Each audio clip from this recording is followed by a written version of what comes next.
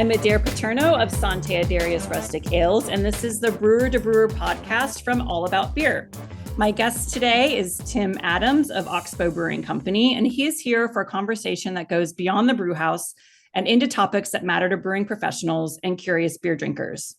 First, please visit allaboutbeer.com and follow on social media at allaboutbeer. And to support journalism in the beer space, check out allaboutbeer.com/support. We'll get into the conversation in just a moment, but first, this message. Next time you're going through your books, check and see how much you're paying for brewery software. Odds are you're paying way too much. Ollie is the fastest growing brewery software that is saving brewers time and money while delivering the tools they need to grow their business. Learn more at getollie.com/pod. That's getollie.com/pod. Malteurop Malting Company is proud to introduce the new Malta 2-row, grown and malted in Mexico. At Malteurop, they're proud to be growing and producing malt in Mexico. They work hand in hand with Mexican farmers to ensure the best barley, which is then processed in their own local Mexico malt house to create this exceptional Malta 2-row. This product is a superior quality 2-row base malt and provides consistent quality designed to satisfy your desire to brew a true Mexican lager. Contact Malteurop today and visit malteuropmaltingco.com. Okay, let's get into it. A little bit about my guest today. Tim Adams is a founder of Oxbow Brewing Company, a Maine-based brewery that specializes in farmhouse ales and lagers, as well as mixed fermentation and spontaneous beers. Tim founded Oxbow in its rural Newcastle location in 2011 and opened Oxbow Brewing and Blending in Portland in 2014. Tim and his wife, Birch, built and opened Oxbow Beer Garden in Oxford in 2019, which is a farm-to-table wood-fired pizza restaurant located in a renovated 200-year-old barn with on-site cross-country skiing and disc golf operations. In 2025, Oxbow purchased Rising Tide Brewing Company, a Portland, Maine-based production brewery and tap room. Tim stays busy as president of both brands, but is always quick to jump at opportunities to enjoy Maine's bountiful outdoor activities with a particular passion for fly fishing and skiing. Welcome, Tim. It's so good to see you.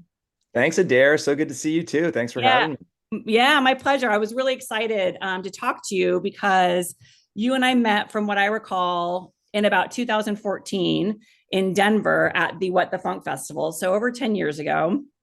And you guys were about 3 years old at the time, and we were just about 2 years old. And we don't get to see each other that much, but at the same time, like, our breweries have sort of taken this similar trajectory as we've discussed sort of in some of our meetings. So I wanted to talk to you about first sort of opening Newcastle in 2011. You know, what were you doing around that time, and what led you to want to open a brewery on a farm? Or was that just sort of happenstance that this farm, became available to you? Yeah, it was kind of perfect that the farm became available to me, because at that time, my brewing efforts and a lot of my drinking efforts were centered around farmhouse ales. I was very much obsessed with Saison yeast and obsessed with the category of farmhouse ales as one that is both very specific, but also wide and broad and presents kind of endless opportunities for creativity and having fun with ingredients and creating beer.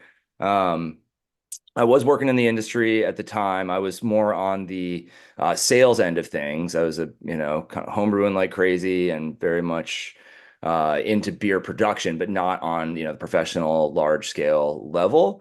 And were you homebrewing Saisons at the time? So you were playing around with Saisons? Yeah. Yep. I was actually living in Washington, D.C. I'm from Maine, but I was living in D.C.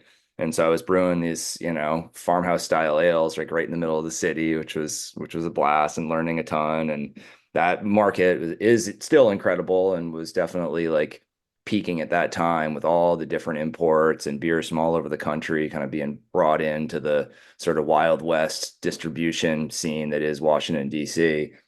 So yeah, it was down there, and then was brewing all these beers and wanted to start my own brand. And I had a business partner at the time as well, and we were both just all about it and super stoked, and had a lot of strong ideas about what a brand could be and should be. And it's one that was authentic and a representation of who we were and what we were up to.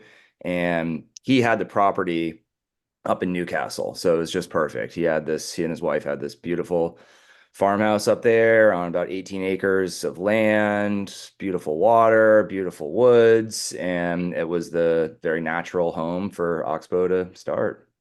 So you knew from the beginning that you wanted your brewery before even the farm became available to you. You knew that if you were going to start a brewery, you wanted to start a brewery making farmhouse style ales because that was your inspiration at the time.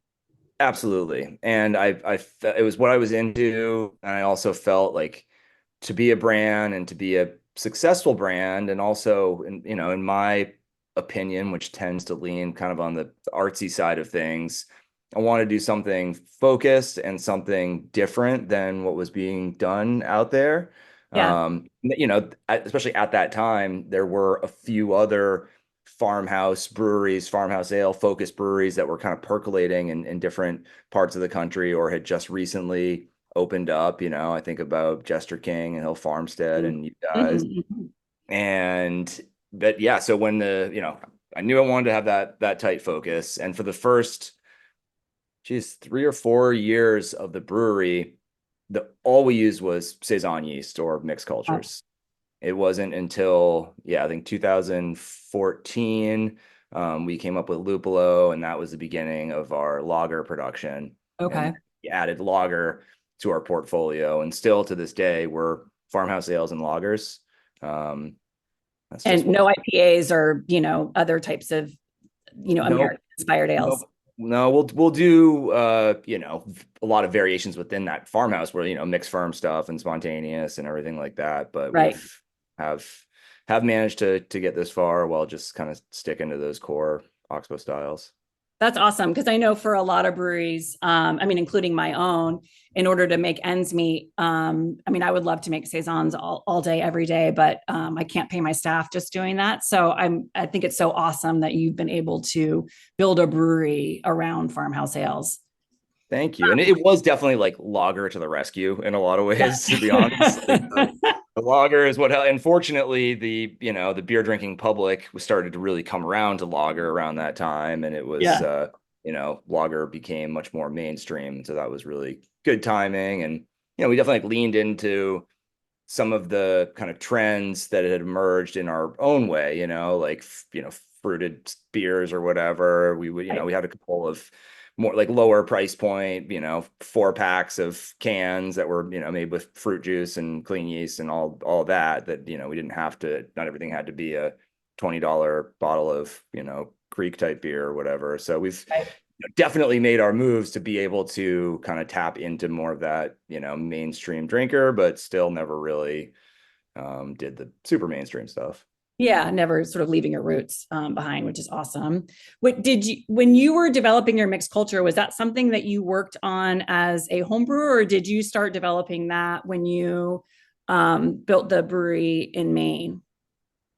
I had different kind of mixed cultures and stuff that I've been using as a home brewer, but when starting up the brewery, we just kind of, started fresh out of the gates. Yeah, that's awesome. So I want to kind of move into water for just a minute, because I know for us, our water is so important to our saisons. It's nothing like the water in Belgium or Northern France at all, but it's super, super hard. And so it provides this sort of mineral complexity backbone to our saisons that is like 100% like our house flavor. Our house culture is obviously our house flavor, but our water, if I moved my brewery somewhere else or tried to have my beers made somewhere else, they would not taste the same. So I want to talk about like the water up at your farm. I imagine you're on a well, and what you have found that adds to your saisons, or was it hard at first and you had to adjust your water profiles, or sort of how did the water play in building this brewery on a farm in rural Maine? Yeah, the water is actually very soft up there. It's rather high in pH, so we do need to adjust to get the pH down a bit, but it's nice soft water. It does have a really kind of striking like sulfuric character out of the taps. Which is interesting in that, boils off, but it's cool. It has a very if you just taste the water, like it is a very distinctive flavor up there, which I've, come to really love and enjoy. And it's definitely part of those beers. Lucky But you. Our water I cannot drink out of the taps, honestly. It's like it has such a strong flavor to it, and it ruins glassware. It's like so hard that it ruins glassware over a really, period of time. Yeah.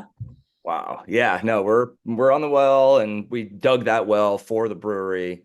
And yeah, it's like over 400 feet deep and rips water. And it was for the first like year, there was all this like silt in it that was coming through, and we had like started like a little filter, and that thing just clogged right up, so we bypassed that. And then we Yeah. would actually just like have a little like silt build up in our hot liquor tank for the first couple of, and it would just kind of settle in there, and what it was Yep. just kind of was what it was. But then the well kind of got broken in and just started running clear. The flavor didn't really change from it, but it's definitely been a process, and part of our build out, and equipment and all that has been part of that water's been part of that journey.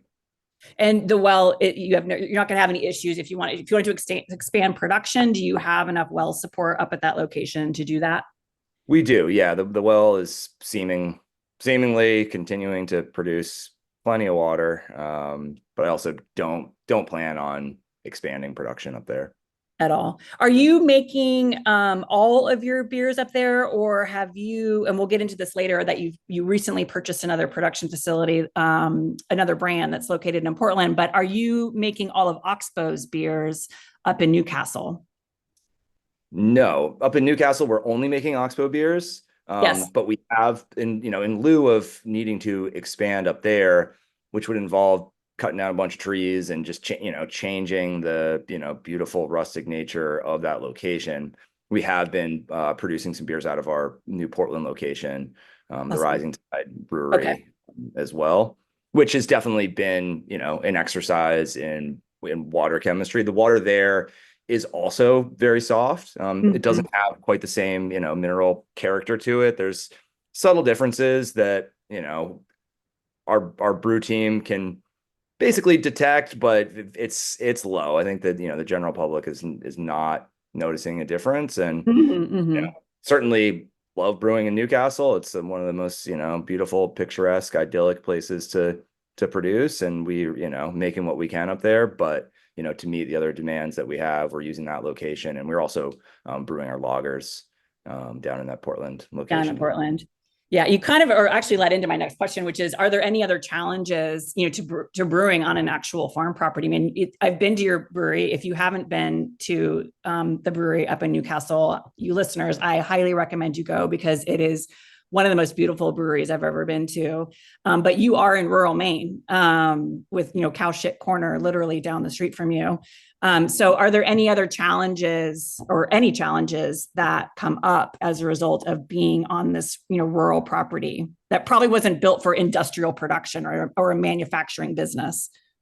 Yeah, absolutely. I mean, what I say to this question is the best part about farmhouse brewing out in the woods is pulling this beautiful water out of the ground, and the worst part is putting it back into the ground. Yeah. Sadly, we have as many tanks underground as we do above ground, and similar amount of money invested, and we've got to get them pumped pretty regularly, even despite our best efforts to side stream the various solids in the brewing process. It's still brewery effluent. It requires some love and maintenance And treatment. Yeah. Yeah. We didn't used to side stream or do anything. We are in sort of a city area, but we're apparently on this very small sewer district, and we're the very first stop along the way. So there's nothing behind us pushing it. So when they were checking the clean outs, they were finding literally these little like kombucha looking monsters growing. So we've had to start side streaming all of our water. And thankfully we have so much farming and agriculture around here. We were able to find a farm that takes it and turns it into some type of a fertilizer. So I probably don't understand fully your wastewater challenges, but that was a big deal for my brewery. And we were going to have to spend a ton of money to put in equipment if we hadn't found that solution.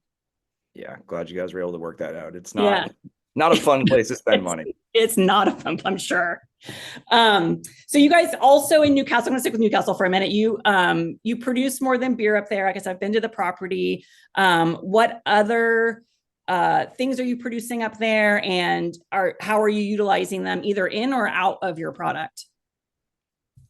The most kind of important thing that we've been producing up there has been pork for our restaurant. I mean, we have a small fruit garden and a small, herb garden, and we will incorporate those ingredients into super specialty beers, but they're smaller operations. It's not like there's a, big orchard up there or anything like that. But we do have a small amount of stuff. It was one of the first things we did when we moved in up there was, plant some cherry trees and some raspberries.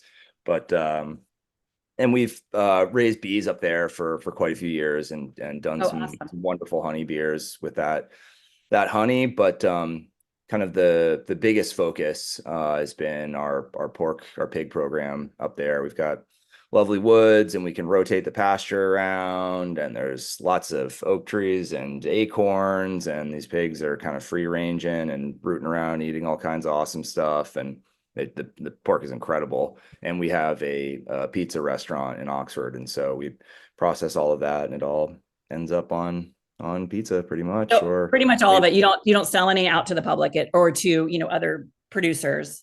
We'll do like typically a beer dinner or two, or sell some to some of our friends restaurants, and they'll feature it on their menu or something like that. But the majority of it we take and process in-house. Yeah, that's awesome. Which sort of leads into the next topic, which I was going to talk about your other locations. So in 2014, you opened Portland, and was the idea behind that to get closer to the people and to also sort of take some pressure off of Newcastle? Sort of talk about that a little bit. Yeah, the primary reason for doing that was to expand our production and be able to make more beer and not have to, work upstream fighting trying to build more, to brew more in this rural setting, which is really not fit for, or not ideal for kind of industrial production operations. And we didn't want to cut down any more trees and build up there. It's lovely like it is, and it kind of should be small. And that in the type of beers that we do, and especially we're focusing on most heavily at that point in time, took up a lot of space. There's a lot of just beer sitting around and aging in oak and in stainless and in package. And so what we were really looking for was a warehouse location somewhere in the greater Portland area. Like the retail be nice, like it'd be great to have like a retail component to it. But it was very much inspired by my first trip to Belgium, which was in 2013, when I saw firsthand the model of lambic, wort brewers, and then blenders and that kind of model, and wort being transported in bulk like it was absolutely no big deal. And I was like, well, we could do that exact same model, but just keep it kind of vertically integrate that model, if you will, and we can have the brewery, and then we can have the blendery. And that led to this idea of opening Oxbow Blending and Bottling. And we were fortunate to find the right warehouse space that was right in town Portland. It was in a part of town that was still very much developing at that time. So there was that warehouse space, and it was affordable enough to make sense. But it was about 10,000 square feet, and we only needed 3/4 of that. So we dedicated 1/4 of that space just to being a kind of a big in-town bar program, which has evolved over the years and now is a kind of a full-on music venue, and people are getting married in there. And it's just like, it's really turned into quite the awesome location, and a great, destination for locals and tourists in Portland.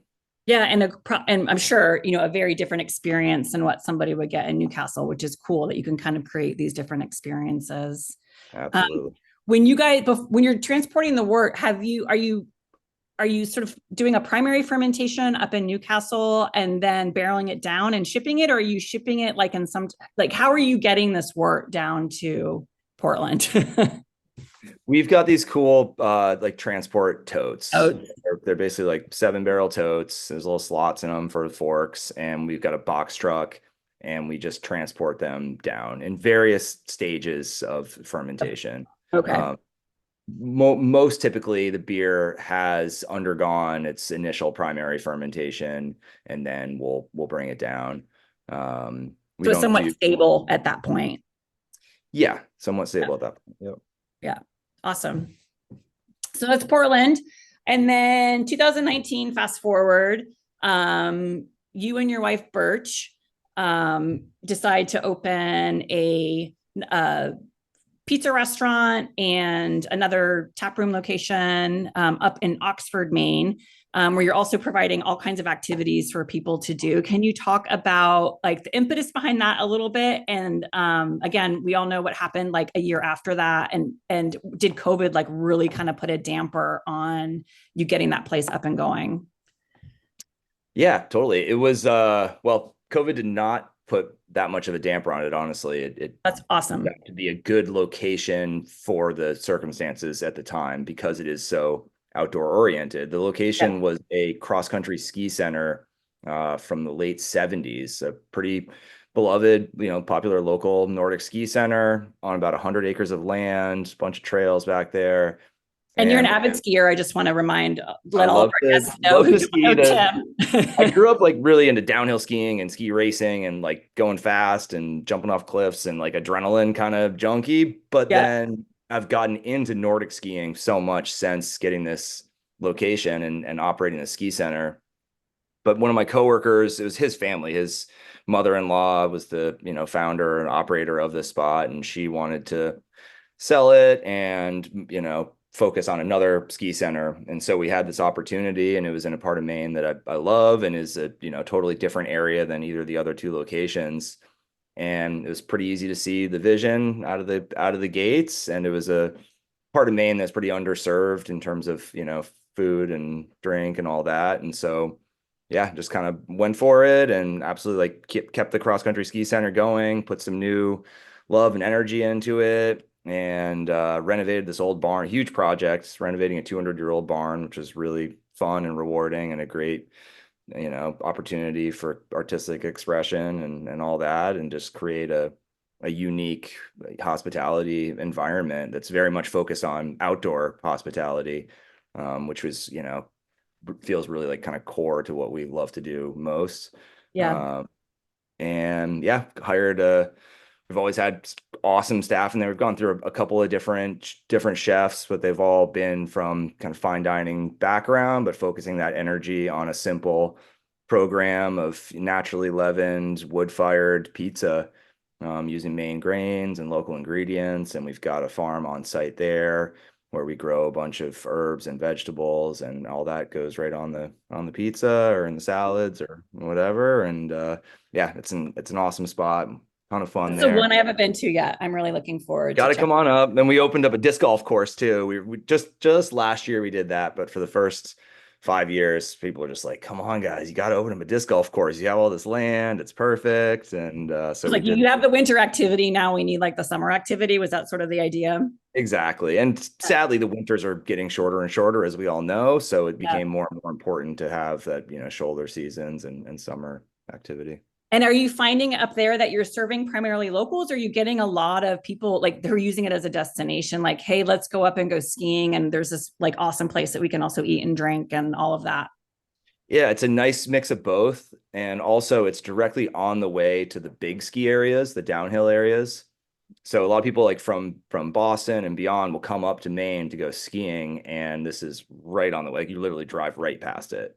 So there's lots of people coming from all different places, but it's been doing really well and is just a ton of fun. And we get to work really closely with Birch up there, and we really love that. So it's been great. And that's sort of Natalie asked me this, and I'm going to ask you too, because I have 3 locations, and mine are, I think, closer together probably than yours are. How do you find time to get to all of them? And like, sort of, what does that look like? Do you have a schedule? Like this week I'm staying in Portland. Next week I'm going to be in Oxford. How do you manage 3 locations that are all very different in the way that they operate? Yeah, I mean, the first immediate answer is very fortunate to have a great team. Yeah. Like that's the That was first my and answer too. foremost. Yep. We've got an awesome crew, and without them, it would never happen because I am Yep. definitely not, managing all these places and their daily operations myself. It is tough, I never am at any place as much as I want to be, but Yep. need to, step back and say, hey, the sum of being at all these places as much as I can be is fun and rewarding and good for the business. And so a little bit of it is just accepting not being able to, fully be as present as I would like, and making up for it by having this great team. And for me, historically, it's been the newest project that needs the most love gets the most attention from me, and Yep. then that gets really dialed and staffed up properly, and I can step away for significant amounts of time to focus on the next thing. Yep. And that's kind of been the progress trajectory over the years. Schedule, I've never been that good at like setting and keeping a schedule. I've Yeah, tried. me neither. I was just sort of curious, Yeah. how, like, are you a schedule person? Is that something that you use to kind of manage your time around those locations? No, I mean, as you know, it's like the what fire needs to be put out today is the Yeah. where what starts, and then the to-do list comes after that. Yep. So that's what Yep. dictates where I am. But Which for water heater went down today? Like which exactly location do we have to close because we can't wash our hands? yeah. Yeah, Oh, that's that. I get it. Um, you mentioned earlier, and I want to touch on that a little more broadly, but you talked about being inspired by a trip to Belgium and being able to move wort from your production facility and then you blend it somewhere else. That kind of leads me into, you are like such a well-traveled person, and I know that you lived in Japan when you were younger. Like, how have all of those travels and maybe even your time in Japan, how have those impacted your beers, but also just sort of your approach to being a brewery owner, the creative process, all of that? Like, how has your time overseas impacted your brand? Yeah, it has impacted Oxbow a ton for sure. I mean, it's very much a part of me. I lived in Tokyo for all of high school, and it was still home base for a couple of years after that. So it was really like home for about 6 years, six very formative years, and which I'm incredibly grateful for. I love it over there, and feel blessed to have had that influence. But I think even just the intense like kind of obsession that I have with the tight focus that Oxbow has is a pretty Mm-hmm. Japanese mentality. You in Japan, you're not seeing, oh, we're a ramen restaurant and a sushi restaurant and a beef restaurant and whatever. Whereas you see that kind of a lot over here.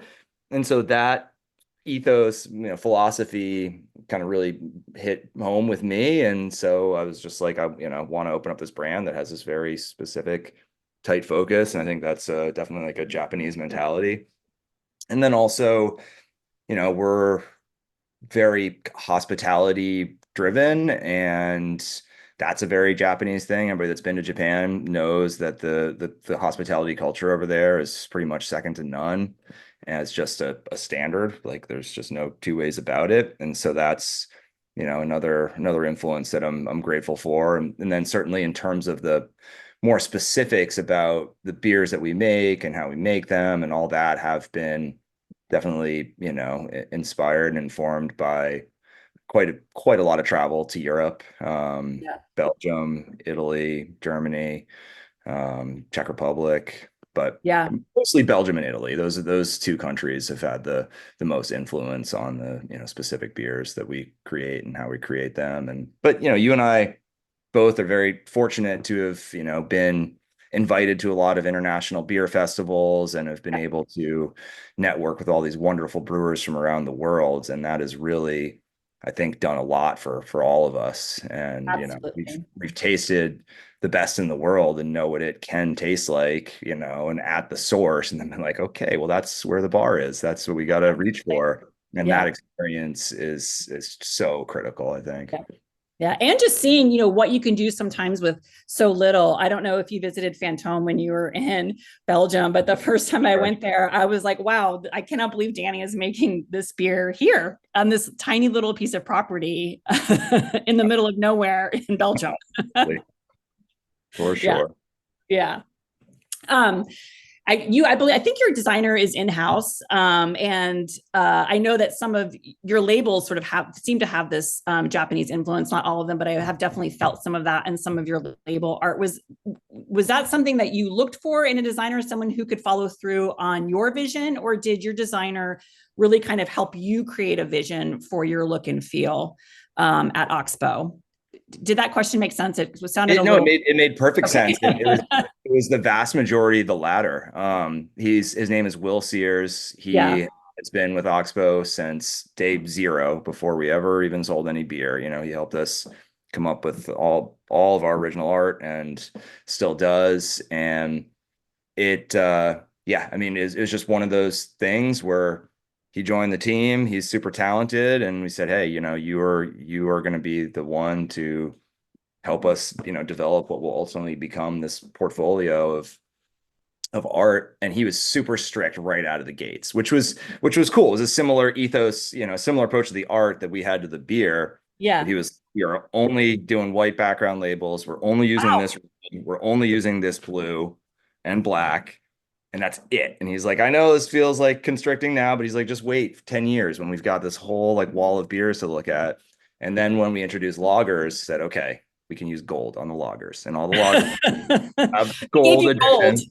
And that was it. And it's just, and the other thing is that they're all unique fonts. That's the other like tight style guideline for our label work. And comes from that background, kind of a graffiti background back in the day from Philly, and then very much into sign painting, which turned into a big kind of side career for him that awesome. informed his fine artwork, which he has a amazing fine art career that has really taken off, over, kind of since the earlier days of Oxbow. And we've gotten to a point of figuring out, like, okay, in the early days, like, hey, we need a flyer for this, or a flyer, a sign, whatever, any little thing, we'd have him do it. And since his career has taken off, I'm like, all right, we need to, pick and choose and kind of save his hours just for the beer labels. And, we don't gorgeous, flyers for every event or beer release or anything, it's not quite that same focus from him, but we still get the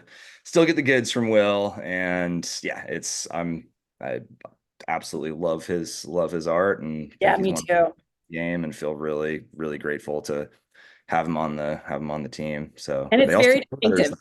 Yep. You have a very distinctive brand. I think that really stands out, and that's sort of a testament to the way that you guys have worked together. My designer has been with us since pretty much the beginning too. We stepped out of line and tried a couple of different designers along the way, just because our designer didn't have time. He wasn't an employee at the time, and it just didn't feel right. So we ended up bringing our designer in-house a couple of years ago. So he is full-time staff now, which has just been like a game changer for us. So I think it's so important to have someone you can work well with on your labels and such. Yeah, absolutely. Yeah. Well, this is probably a good time to take a short break for a message. And then we'll come right back for more of this conversation with Tim Adams of Oxbow Brewing Company. It doesn't matter what size your brewery is, 1 barrel or 1,000. Maybe you're in planning. Whatever the size or situation, Ollie has helped brewers save money and become more efficient. The best part? When you're talking to the Ollie team, you're talking to people who have worked in the industry. Learn more about Ollie and how it's transforming breweries everywhere at getollie.com/pod. That's getollie.com/pod. Malt Europe Malting Company is proud to introduce the new Malta 2-row, grown and malted in Mexico. At Malt Europe, they're proud to be growing and producing malt in Mexico. They work hand in hand with Mexican farmers to ensure the best barley, which is then processed in their own local Mexico malt house to create this exceptional Malta 2-row. This product is a superior quality 2-row base malt and provides consistent quality designed to satisfy your desire to brew a true Mexican lager. Contact Malt Europe today and visit malteuropemaltingco.com. Welcome back. We're here with Tim Adams of Oxbow Brewing Company talking about his brewery up in Maine, 3 locations. If you haven't been to any of them, you need to get up there and go now because they're amazing. But Maine also has a really wonderful beer scene, and I wanted to talk a little bit about that with you, Tim. Maine has a long beer tradition. It was sort of known for English style ales, and then certainly Belgian beers became, identifiable with Maine, and certainly because of Allagash Brewing Company. And so how do you think Oxbow, either fits into that or complements sort of the European brewing tradition in Maine? Yeah, it's Maine does have a rich brewing history for sure. I mean, Geary's was one of the first craft breweries, and not the first craft brewery in New England, I believe. Shipyard has a long history, and there was, this English Alan Pugsley English system. Ringwood beers were a big part of Maine's kind of early 90s scene. And then Allagash came along in 1995. Happy 30th anniversary, Allagash. Wow. And Has it been that long? it's wild. Yeah. Allagash and Dogfish both this year, 30. Wow. I wasn't even of drinking age then. I But I've been of drinking age for a very long time. Yeah, I was 12. But yeah, so I just, as hopefully everybody listening to this knows, Allagash is just one of the greatest breweries in the world, and I feel so grateful to have them here in Maine and have them as friends and as role models and mentors, and just incredible stewards of the craft in this state, and also just from a business perspective as well. They run a wonderful business and really set the standard there as well. Yeah, the stewards for the economy, or the environment, not the economy necessarily, but the environment. And I agree with you on all those points. I think they're a wonderful, wonderful company. Yeah, for sure. And their beer is so damn good. And that, So damn good. White, obviously, but the mix firm stuff, their earlier mix firm stuff, and their earlier cool ship stuff, and their Brett beers, and these are, they come from a very small group of American producers to pave the way for doing that. So we all certainly need to tip our hats to them and the other early members. But yeah, I mean, there was certainly no other farmhouse breweries in the state. And even, Allagash, they do have their saison that, but they didn't at the time. They really didn't have much that was like, farmhouse focused. They had the mixed firm stuff. They had the Abbey style beers and the wit.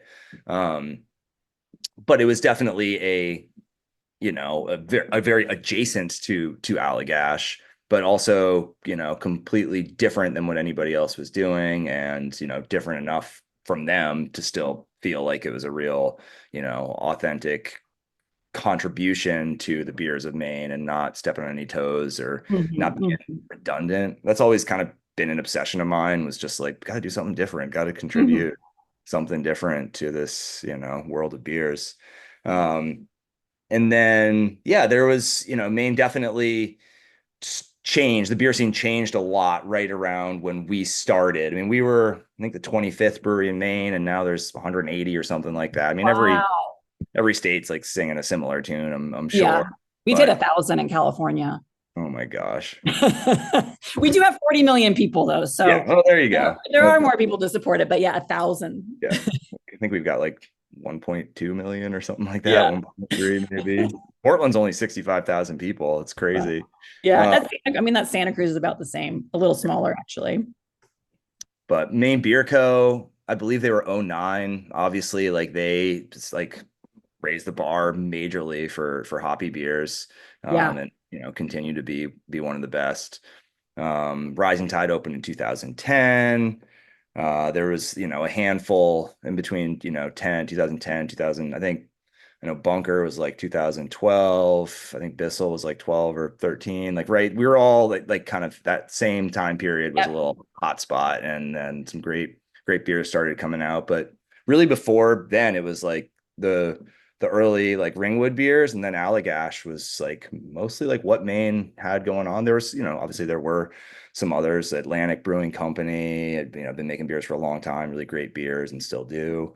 Um, but yeah, it's an awesome beer state. People are really passionate about beer. We're fortunate to, get quite a bit of beer tourism up here because of Yeah. all these breweries. And so yeah, wonderful place to brew and be part of the community. And there's definitely a lot of camaraderie and goodwill. We've got a great Brewers Guild up here. I feel very grateful to have this be home base. Yeah, I was going to ask about the camaraderie. When you were starting out, did you reach out to, Jason Perkins at Allagash or anybody else to get advice? Or, I mean, I know we were so fortunate to, have people loan us like Grundy tanks because we couldn't afford to buy enough actual fermenters. And so I feel like the community around here really helped us get our brewery off the ground. Would you say that something similar happened to you up in Maine? 100%. Yeah. And I definitely like went to Rob and Jason before opening and kind of told them what we were up to. And it was a little bit of a like blessings, blessings, please.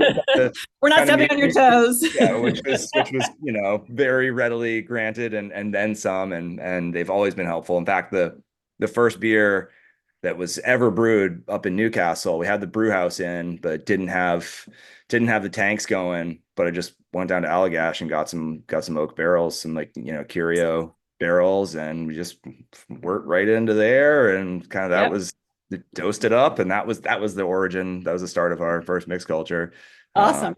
yeah, the first word ever brewed at at Oxbow went straight into Allagash barrels. That's awesome. That's a great story. Great history. We had to use barrels early on too, for primary fermentation because we didn't have enough tank space. We literally started our brewery with one tank and a couple of Grundys. And so I get it. Yeah. Getting help from your friends is so important, and something that I feel like is maybe not unique to the beer industry, but there has been this like a rising tide lifts all boats type of a mentality that I think has benefited us as an industry. So Absolutely. you mentioned rising tide.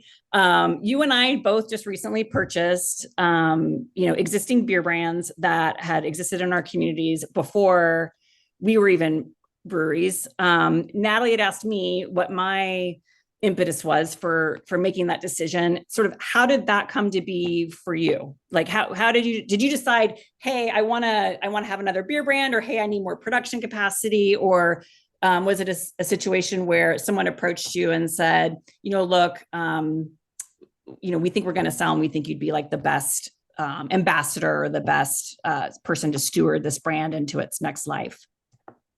Yeah, it was much more like the latter. I mean, I was Okay. not at all looking to purchase a brewery. The idea had not crossed my mind. And then I was out fishing with my buddy Alex, one of my best friends and best fishing buddies, and he's worked at Rising Tide for a very long time. He's one of their most tenured coworkers, and he kind of hit me up and let me know, like, hey, the owners are thinking about next moves. They don't really want to own a brewery anymore. There's a fun, exciting job opportunity for one of the two partners. It was a husband and wife team, Nathan and Heather had an exciting career opportunity that she wanted to take advantage of. And they just kind of, collectively, as I'm sure we can all understand, the sentiment of like, this is, maybe we don't want to own a brewery anymore because it's a lot of work and a lot of Sure. stress and a lot of pressure You and don't all get that rich off of stuff. it usually. Yeah, and just kind of where they were in their lives, like it made sense. And so they were, just starting to explore that notion. And Alex, and I started to talk about it, and all of a sudden the gears started turning and started seeing how it could really be an incredible fit and a really timely thing for us. Kind of based on where we were at and where the industry was at and all that. And we had some great conversations, and we're able to, figure out a way to make it work. And, fortunately, one of the most important things for them was, their passion for the brand and wanting to see the brand continue and wanting to have their team continue to have good jobs and have Rising Tide still be a really important community space in Portland. And I was on board with all that, and have always been a fan of the brand and the beers and the people, and thought it was, kind of on both sides of the coin was a win. It was like we've got, a increased production space and all these like synergies that we can take advantage of now that we have the two breweries. Even just kind of simple things like each brewery was leasing a box truck, and leasing box trucks is not friggin' cheap. And now we only lease one. Each brewery had two warehouses that were both like half full. Now we've got one. So, at a time in the industry when saving money and kind of pinching pennies and tightening your belt and all that is becoming way more important because the challenges we're all aware of, it was just really, really awesome to be able to tap into those synergies and efficiencies and start saving money.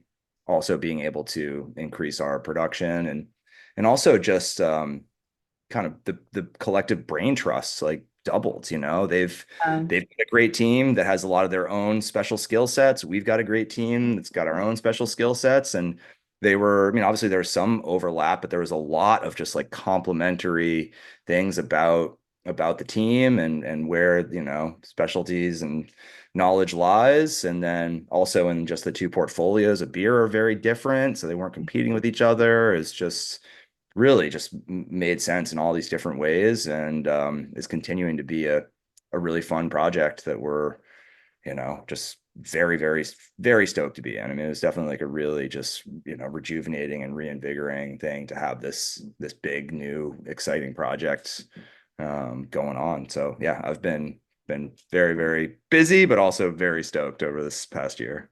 That's awesome. I don't know that many people who have in the beer industry who have described new projects as reinvigorating and exciting right now. Everyone I talk to is like, oh my gosh, it's so hard and I'm tired. So it's really cool to see you. You guys can't see Tim right now, but he looks very happy and alive talking about this new project. Well, again, it's the team. They've got this awesome team. Yeah. Now. I mean, I just, I feel like all of a sudden we've got twice as many, badass Huskies pulling this sled. Like it's Yeah. killer. It really, really is. I love that. I love just seeing that idea of a sled. That's awesome. Well, is there anything upcoming? I mean, obviously you have a lot going on with Rising Tide right now. Are there any other new projects? I mean, are you going to be, as I sort of talked about, all your locations now seems like have very different vibes to them and, different experiences for people. Are you going to be adding to those experiences? I mean, I know you're such an avid outdoors person that it's probably fun for you to think about, new outdoor opportunities you can give people at your spaces. But are there any new projects coming up that you would want the listeners to know about? Yeah, one great thing that Rising Tide has done for quite a long time is that one of their flagship best-selling beer is called Maine Island Trail Ale. Wonderful session IPA, and it is brewed to support the Maine Island Trail Association, which is a great group that focuses on land access all up and down the coast of Maine, and is really inspiring to see a beer being able to make that impact, both financially and also just increasing awareness of the organization and the opportunities out there. And so I want to continue to lean into that focus with that brand. Being like a seaside focused brand. It's in Portland, it's near the water, all that. So it's kind of leaning into that, especially kind of in a fishing focus, because that's a huge obsession of mine. And then my buddy Alex, who's really running the program there now, huge fisherman. And so one of the first big projects, like new beers that we did, is called Striper Season. And it's a beer to raise money and awareness for striped bass, which are beloved here in the Northeast. You guys actually have them out in Cali as well. But the Northeast, or, mid-Atlantic to Northeast stock, is in big, big trouble. The population's been going down, down, down. And so we use this beer. It's an Oxbow and Rising Tide collab. And Oxbow has a pretty extensive distribution network all the way down, through the Chesapeake Bay into the Carolinas, and the striper migration route goes from Chesapeake Bay all the way up to Maine. So we're plugged this beer all in all the states, all along their route. And on every can, it has information about like, hey, this fish species is in trouble. Here's some info, look into it further. And so we're using this beer as a tool, a vehicle for knowledge to like get that info out there. And then also raising money for a great conservation group called the American Saltwater Guides Association that are fighting the good fight for these fish.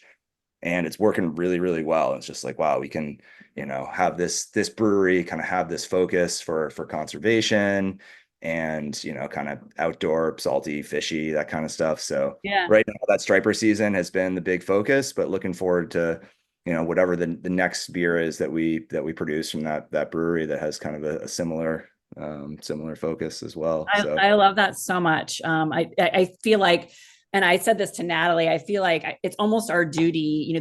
These businesses have been good to us. It's our duty to sort of give back to causes that are important to us. And like I said, I know you're an avid fisher person and outdoorsman.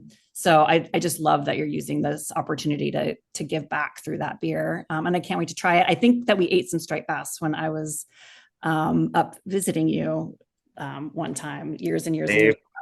they're super delicious, and I really want there to be enough of them that we don't need to like feel bad about killing them. But at this Yeah, point in time, it's it's looking a little sketchy. But I really do believe that we can have a real impact in raising the awareness, because people don't really know there's a problem, and until they do, we can't fix it. And kind of had this Yep. realization that like beer is mainstream. Like each can is like a little vehicle for information that you can plug Yep. in super mainstream places, grocery stores and liquor stores and bars and restaurants. And it's actually a pretty powerful tool that I'm looking forward to continuing to sharpen. That's awesome. I think that's a really good place to wrap it up, because I think that says so much about your character and the character of the businesses that you've built and grown.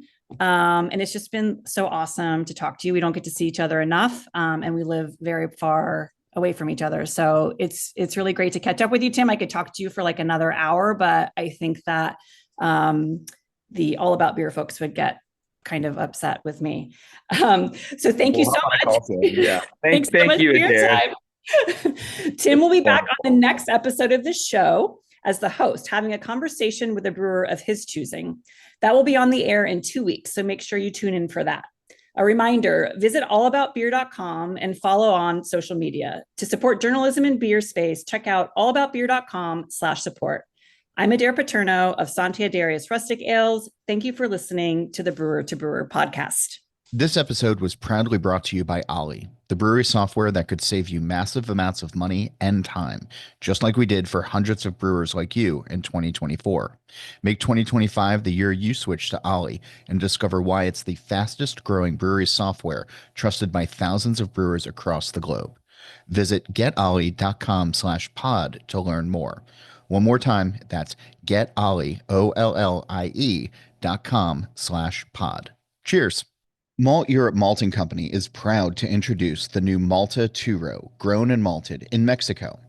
At Malt Europe, they're proud to be growing and producing malt in Mexico. They work hand in hand with Mexican farmers to ensure the best barley, which is then processed in their own local Mexico malt house to create this exceptional Malta 2-row. This product is a superior quality 2-row base malt and provides consistent quality designed to satisfy your desire to brew a true Mexican lager. Contact Malt Europe today and visit malteuropemaltingco.com.